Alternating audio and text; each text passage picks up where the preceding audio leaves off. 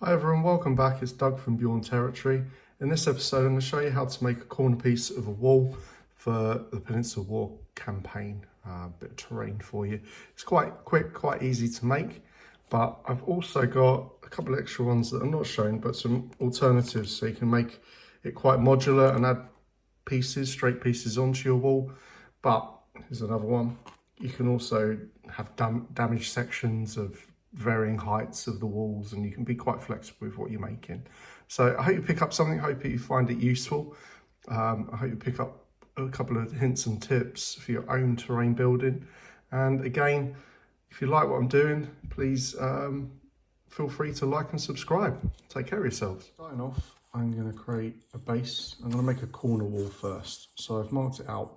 It's about 25mm wide all the way around, which is just under an inch, about 3/4 of an inch wide. And what I do, this is like a hardboard MDF-y kind of stuff, so it's quite easy to cut through. And take your time, scoring through, cutting it out. So just using a metal rule, especially when you're using a knife, and a cutting mat, so you don't slip around. I'm just going to slowly score down the line of this wood. Alright, so I've got my base cut. Now what I'm going to do is, just on the edges, I'm going to taper away the edge. There you go, tapered the edges. You don't have to do it, but for me, I like the aesthetics. You might be quite happy without it. Alright, now, important bit, put in some old guard. And what I'm going to do is just test out how tall with some offcut bits of foam core board or foam core card, which is fantastic stuff for crafting and making. And this piece, how big is this? About 1.5 inches, 37-ish millimeters. And I think probably about 35 millimeters will be roughly what I'd like, which is about somewhere around about 1.5 inches, I suppose. All right, so I'm going to cut my foam core board down. It's nice stuff if you haven't used it before. Foam on the inside, thin layer of card on either side. Provides a good surface, strong, very lightweight, and you can cut it, peel it, do lots with it. I've got my strips cut. I'm just going to eyeball this one. I have 2 edges because I'm making a corner wall. And what I'm going to do, I'm going to double up the thickness of the wall. Okay, so that's the first 2 bits. Get those cut down. Line up using the lines on my cutting mat to help me keep it accurate. And a ruler. Good old craft knife, Stanley. Splurb on, join them together, get the little hairy bits out of the way. Make sure you don't catch yourself with the hot glue because you know how much that hurts. Nice and quick, nice and strong, and a nice thick wall. Alright, next bit, more hot glue. This time I'm going down the edge of the wall. Big blob, and with the foam of it's going to melt a little bit, so you've got to go fairly quick. But I need to make sure I line up the end of the wall with the end of my bit of base, kind of try and get it centre of that piece of wall or base.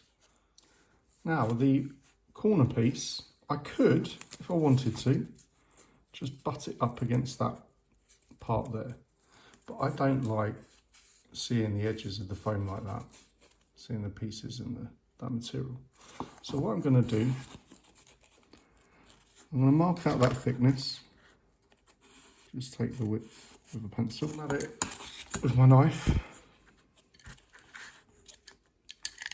and I'm going to cut away the layers of the foam core until I'm left with just the outer, and you come along the bottom edge.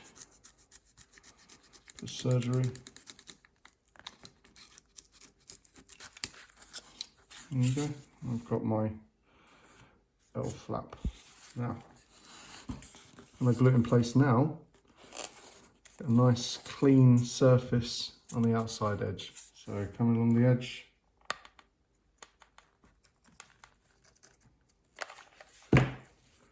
Butt it right up against the other one. Make sure it's in line as much as possible.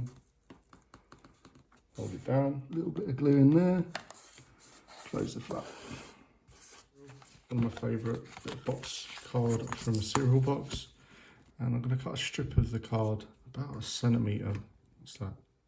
1/4 of an inch. And then almost all the way through. Just keep it attached, 2 slices all the way down as even as you can. Then what you want to do, take a pencil and bend your little strips to the nib of the pencil to make the tile shape. What I'm going to do is hot glue gun a strip of the tiles just with a slight overhang on one side. So another strip, the top with a slight overhang too. There you go, we've got the 2 overlapping set of tiles on this side. And I'm going to do the same on this side as well. Alright, next 2 magical ingredients. I'm going to fix it with my Mod Podge mix with black acrylic.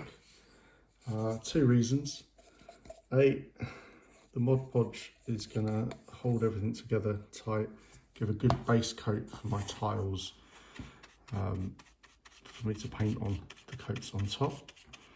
And give it a bit of stability as well. And then the second reason, you might be thinking, why are you painting black walls black?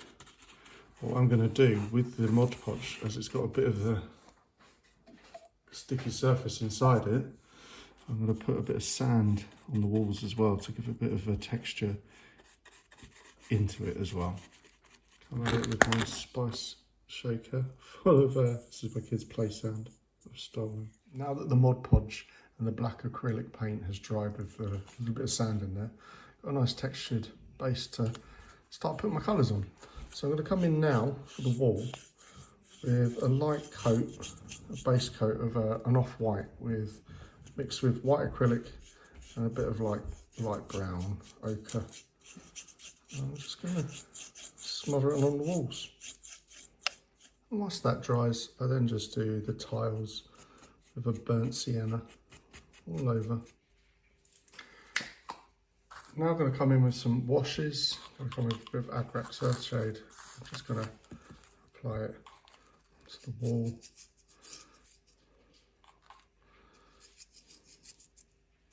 And onto the tiles in between. Now that the wash is dry, I'm just going to come back in with a fairly dry brush. Not perfect dry brush, but I mean, my brush is dry. I'm just going with like a pure white on the top just to tidy it up.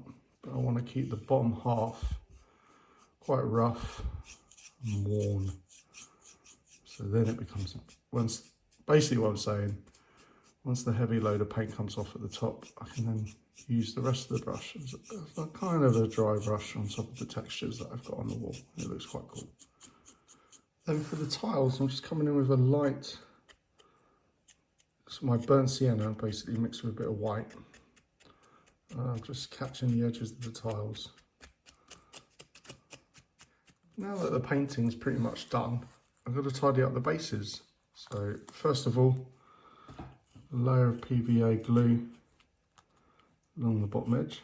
So now I've got the glue on, I'm going to come in with my play sand, and I'm just going to sprinkle a bunch along the bottom edge. Coming in now with some brown ground from Army Painter, and I've put a little bit more PVA on, and I'm just going to do some sprinkling of bits just to break up the sand on the ground.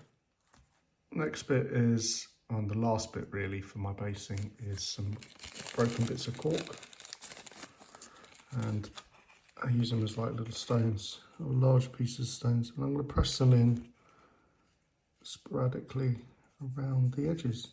Just for a pop of colour, I'm going to come in with a sticky tuft and break it a bit and slap it in. Oh, I've got it stuck on now. Slap it in the corners. Just a few, just a bit of colour on every side of them. All right, nearly done. It's a nice, quick, easy build, this one, and it looks pretty effective. I'll take some photos later, so I'll show you with some models what it's like, how you can use them in your own battles, etc. But just to finish off, I'm going to add in some of Geek Gaming Scenics matte scenic sealant, which is a decent. I use it all the time. I love it. Now, a good little story though with this product. I got a message from Luke, who leads this YouTube. And you never guess what, I got kind of a bit awestruck the other day. I got a message from Luke from Geek Gaming. I can't speak, man. Before I spray it, I know it's a small thing, but it was awesome. It kind of shows, it highlights how awesome our community is. Luke, the founder of Geek Gaming Scenics, the man himself, the YouTuber that I imagine most of us watch and buy some of his products or most of the products because they're awesome. He actually took the time to message in or comment in one of my videos, which I know I'm only a little small YouTuber that of probably no significance.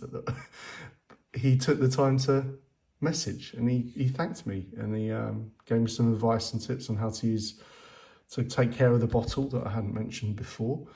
But that's what blows my mind about this community, that, you know, we as hobbyists, we all look out for each other and support each other and give good advice and feedback and help each other grow. And I appreciate it. It was only, it was only a comment, and I maybe he'd probably laugh at it. It was like a celebrity, but I kind of reacted in that way, and I was like, oh, what do I message back? How should I message back? But hey, it was cool. It was cool, and I appreciate it.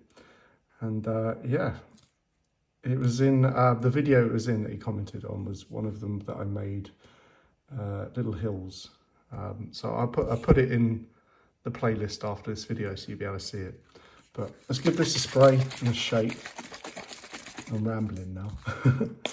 But yeah, maybe what I'm doing is reaching further and further afield than I realised, and that is cool. It makes it, I don't know, makes it exciting, makes it worthwhile, just feels good knowing that we're helping each other and we're out for each other in the community. So I'm going to keep going. Thank you for watching. Thank you for, liking and sharing and talking about what I'm doing and helping each other and all that kind of stuff. And I really appreciate it. So if you do continue to like what I'm doing, please like and subscribe if you haven't already. And I will catch you next week.